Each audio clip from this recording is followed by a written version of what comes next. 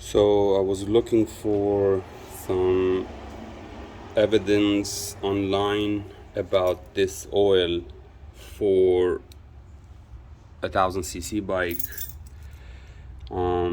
and I didn't find anything. It's a bunch of scooters and like Sri Lanka and India, like scooter houses. And so I've been riding for like 18 years. I started from smaller bikes. I worked my way up from the ZX9, the ZX10R. I put about 50,000 on each.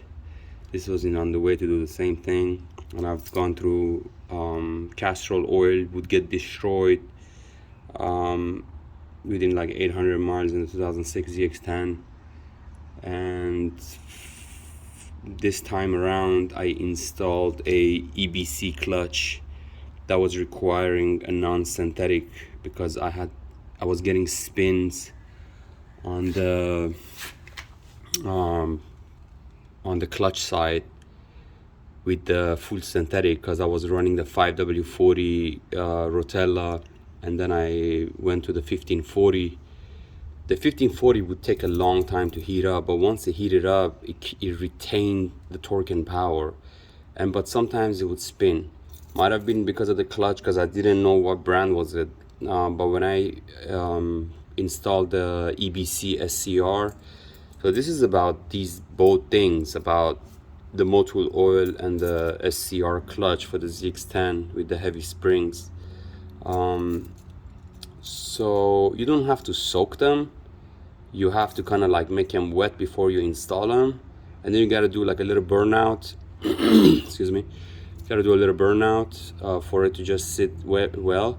I had them at 53 because I think between 51.9 stack height all the way to 53.5 should be fine.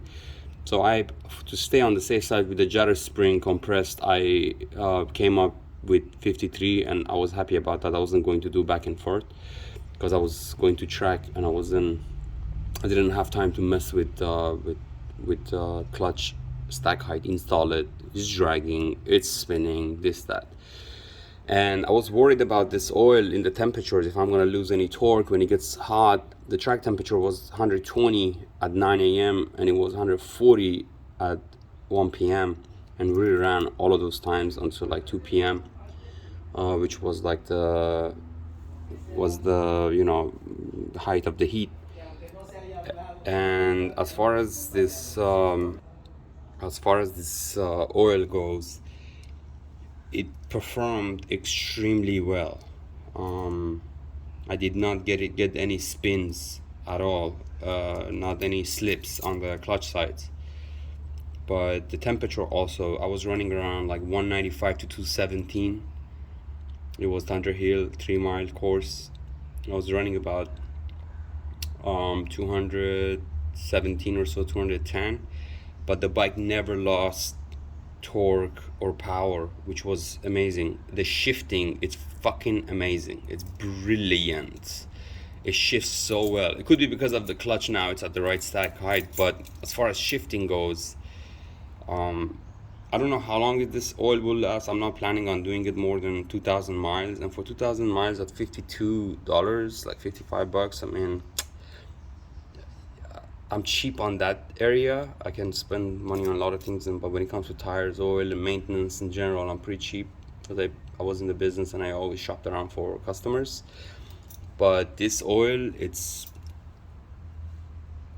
no doubt about that. It's a semi-synthetic, and it works well with the EBC clutch.